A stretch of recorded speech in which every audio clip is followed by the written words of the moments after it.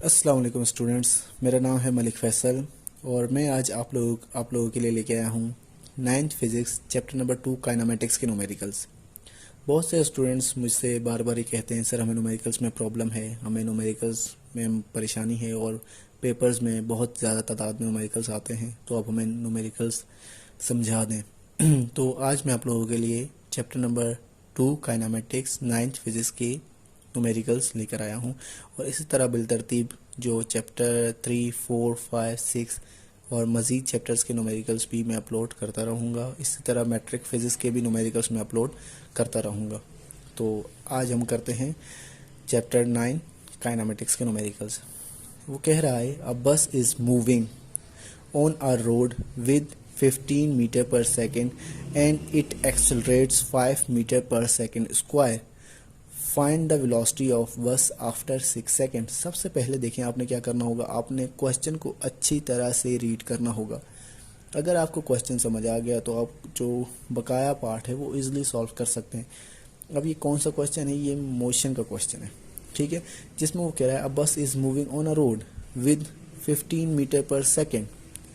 तो जिससे आपको आइडिया हो जाना चाहिए कि ये क्या है, इनिशियल वेलोसिटी, यानी जिस स्पीड से इब्तदाई तौर पर बस ट्रेवल कर रही है। तो आपके पास क्या है, 15 metre per second.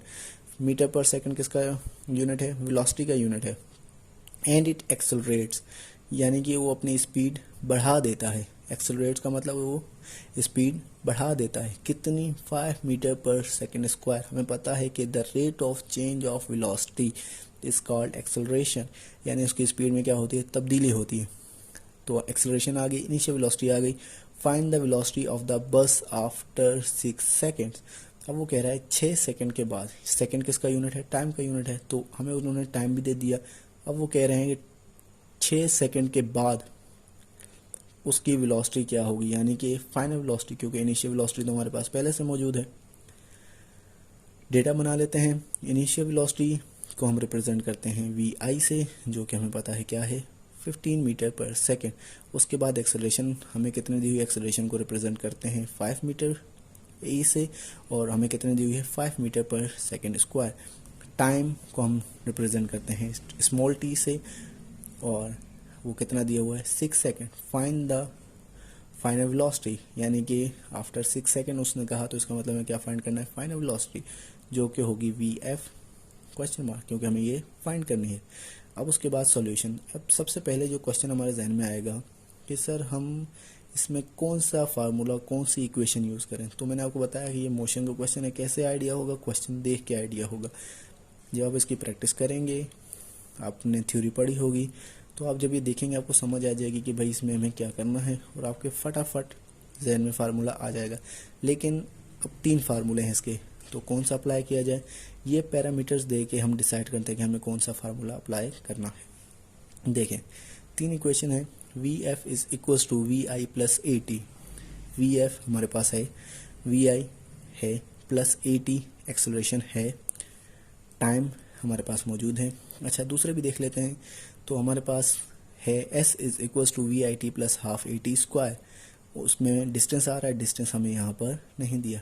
Third equation देखें तो उसमें भी हमारे पास क्या है, डिस्टेंस है, डिस्टेंस हमें यहाँ नहीं दिया। तो इसका मतलब हम क्या करेंगे, solution by using first equation of motion, जो कि है V F is equals to V I plus A T. V F की वैल्यू आ गई, वी एफ हमें फाइंड करना है, और वी आई की वैल्यू आ गई 15, प्लस ए की वैल्यू है 5, और टाइम की वैल्यू आपको पता है कितनी दी है, 6। तो 5 मल्टीप्लाई बाय 6 कितना हो जाएगा, 30। अच्छा, इन दोनों को ऐड नहीं करना। अक्सर स्टूडेंट्स क्या करते हैं, इन दोनों को ऐड कर देते हैं। तो मैथ्स का रूल है पहले मल्टीप्लाई बाद में एडिशन, ठीक है।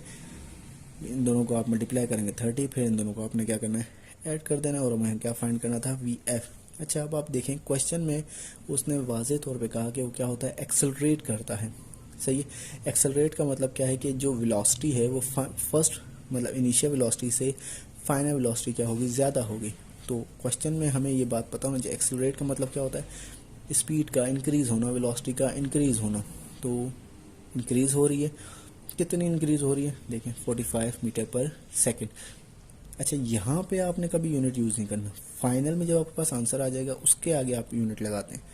अक्सर स्टूडेंट ये भी गलती करते हैं कि वो यहाँ पे, ठीक है, जब प्रोसेस हो रहा हो, आप न्यूमेरिकल सॉल्व कर रहे होते हैं, यहाँ पे भी न्यूमेरिकल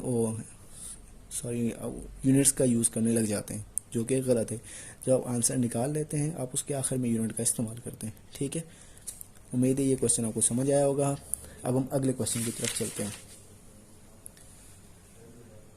जी स्टूडेंट्स, तो ये हमारे पास दूसरा क्वेश्चन है, जिसमें वो कह रहा है a car starts from rest with an acceleration of 5 meter per second square. Find out the time to travel 50 meter distance. अब वो कह रहा है एक कार है जो स्टार्ट होती है किससे, रेस्ट से। अब जब भी आपको इस तरह के क्वेश्चन में कहा जाए कि एक कार है वो रेस्ट से स्टार्ट हो रही है, तो आपने क्या काम करना है, डेटा में इनिशियल वेलोसिटी vi जिसको हम रिप्रेजेंट करते हैं वो ज़ीरो कंसिडर कर लेनी है।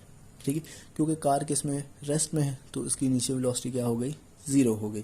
अच्छा, ये हो गया an acceleration of 5 metre per second. तो उसने बाद में और क्या दी, इनिशियल वेलोसिटी उसने भी दी, कार रेस्ट में है, रेस्ट का मतलब इनिशियल वेलोसिटी ज़ीरो, और एक्सेलरेशन कितनी है, 5 metre per second square, 5 metre per second square.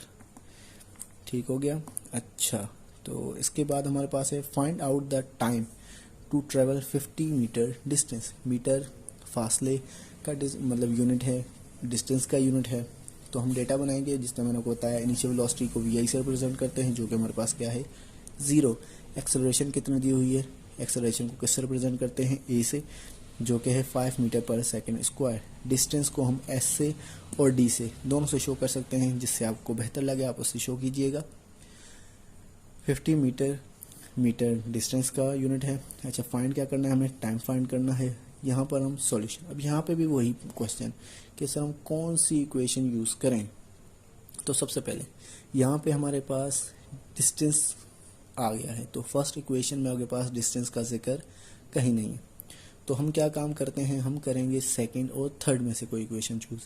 अब हमारे पास यहाँ पे फाइनल वेलोसिटी नहीं है, जबकि आप अगर थर्ड इक्वेशन पे गौर करें तो थर्ड इक्वेशन में आपको फाइनल वेलोसिटी का कहा जाता है, का जिक्र है, 2as is equal to vf square minus vi square. तो हम क्या करेंगे, हम by using second equation of motion, जो कि है s is equal to vit plus half A T square. ठीक है, s हमें पता है, यानी डिस्टेंस हमें पता है कितना है 50, और vi कितना है हमारे पास, vi आपको पता है कितना है, ज़ीरो। और हमारे पास टाइम हमें क्या करना है, फाइंड करना है। तो टाइम को मैंने ब्रैकेट में लिख दिया, प्लस हाफ 1/2, और a पता है हमें, एक्सेलरेशन कितनी है, एक्सेलरेशन आप देख सकते हैं 5, और टाइम हमें यहाँ पे दोबारा फाइंड करना है, तो उसका स्क्वायर। अच्छा, 50, ज़ीरो किसी भी चीज़ से मल्टीप्लाई या डिवाइड होगा तो आपको पता है क्या होगा, ज़ीरो, प्लस हाफ, और 5 को इससे मल्टीप्लाई कर देंगे तो हमारे पास क्या हो जाएगा, 5t स्क्वायर। 2 यहाँ पे क्या हो रहा है, डिवाइड, वहाँ जाके क्या हो जाएगा, मल्टीप्लाई। तो 52 ज़ा 100, और 5t का स्क्वायर मैंने यहाँ पे लिख दिया। अच्छा, अब 5 इधर क्या हो रहा है, इससे मल्टीप्लाई हो रहा है, उधर जाके क्या हो जाएगा, डिवाइड हो जाएगा, जो कि यहाँ मैंने लिख दिया है t square is equal to 100/5।